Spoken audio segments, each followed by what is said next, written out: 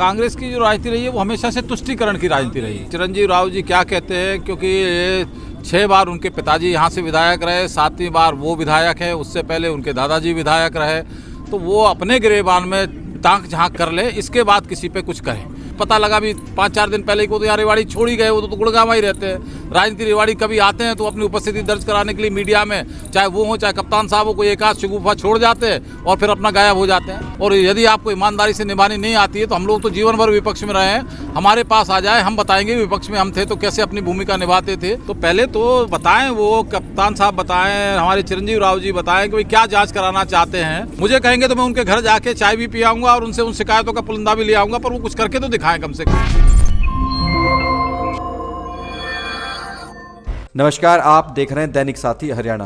अयोध्या में लंबे समय से लंबित भगवान श्री राम लला प्राण प्रतिष्ठा समारोह का राम भक्तों का सपना 22 जनवरी को पूरा होने वाला है। ऐसे में जहां देश भर में उत्साह का माहौल है, वहीं अब भाजपा नेता सियासी तीर भी चलाते हुए दिखाई दे रहे हैं।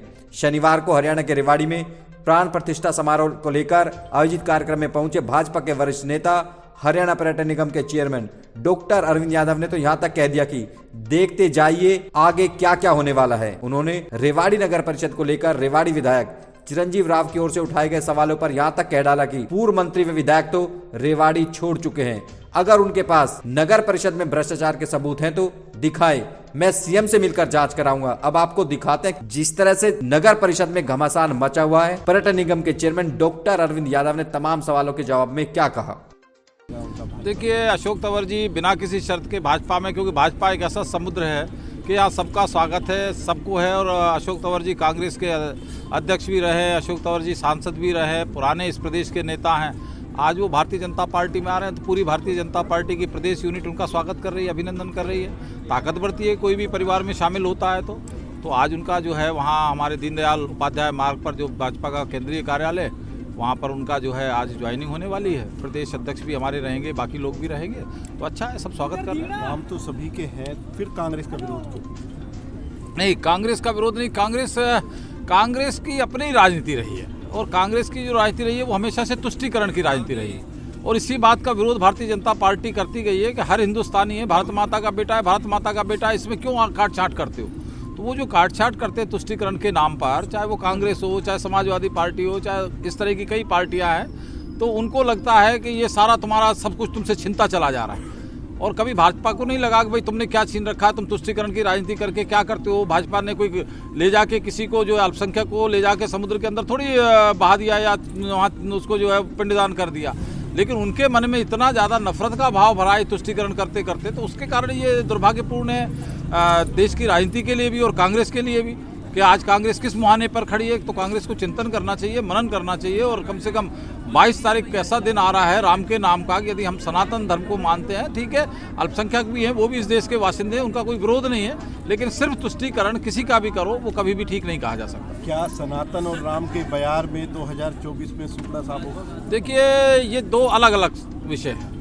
जब एक हमारा उत्साह हिलोरे मारता और उसी समय पर चुनाव होने वाले, तो निश्चित तौर पर उसका लाभ मिलेगा। यदि कोई इस तरह जो तुष्टीकरण करने वाले लोग हैं वो इस तरीके का काम करते तो उनको उनका लाभ मिलता। तो ये निश्चित तौर पर, क्योंकि हम लोगों का तो एक संकल्प था कि धारा 370 को हटाएंगे, राम मंदिर को हटाएंगे, ये तो हमारे मैनिफेस्टो के अंदर जब से भाजपा बनी है, जब से हमारा संघ परिवार सामाजिक जीवन के अंदर आया है, तब से हम लोगों का संकल्प था। एक समान नागरिक आचार संहिता जो रह रही है वो भी हमारा संकल्प है। तो समय समय पर हम अपने संकल्पों को पूरा कर रहे हैं और ये राम की दी हुई शक्ति है कि जो हम इसको कर रहे हैं। और अभी तो इसके आगे भी बहुत कुछ होने वाला है, देखते जाओ आगे आगे अभी होता है क्या। डॉक्टर साहब, बात नेशनल की होगी, स्टेट की होगी, बात रेवाड़ी की करते हैं। कांग्रेसी विधायक चिरंजीव राव कहते हैं कि भ्रष्ट जो नगर परिषद है उसके चलते शहर बदहाल है और सांसद का संरक्षण है सीधे तौर पर, आप क्या कहेंगे इसको? देखो भैया, चिरंजीव राव जी क्या कहते हैं, क्योंकि ये 6 बार उनके पिताजी यहाँ से विधायक रहे, 7वीं बार वो विधायक है, उससे पहले उनके दादाजी विधायक रहे, तो वो अपने गिरेबान में ताक झांक कर ले, इसके बाद किसी पे कुछ कहे। मैं अपना आकलन ना करूं, अपना चिंतन नहीं करूं और दूसरे पे दोषारोपण करूं तो ये ठीक नहीं है, क्योंकि अभी भी विधायक हैं वो।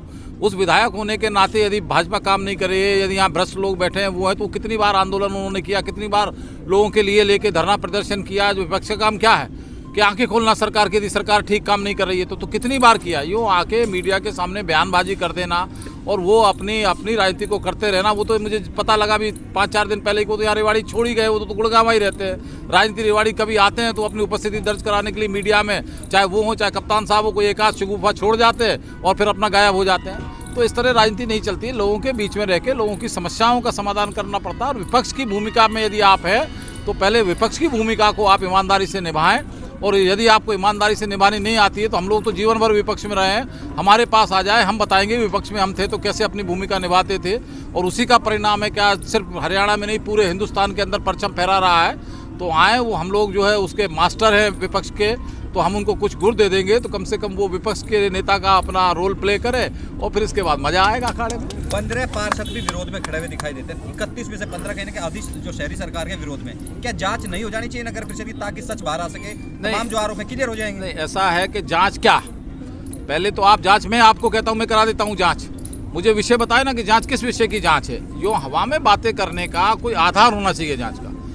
मैं मुख्यमंत्री जी को निवेदन करूंगा, मैं हमारे स्थानीय निकाय मंत्री डॉक्टर कमल गुप्ता जी को निवेदन करूंगा, जांच हो जाएगी।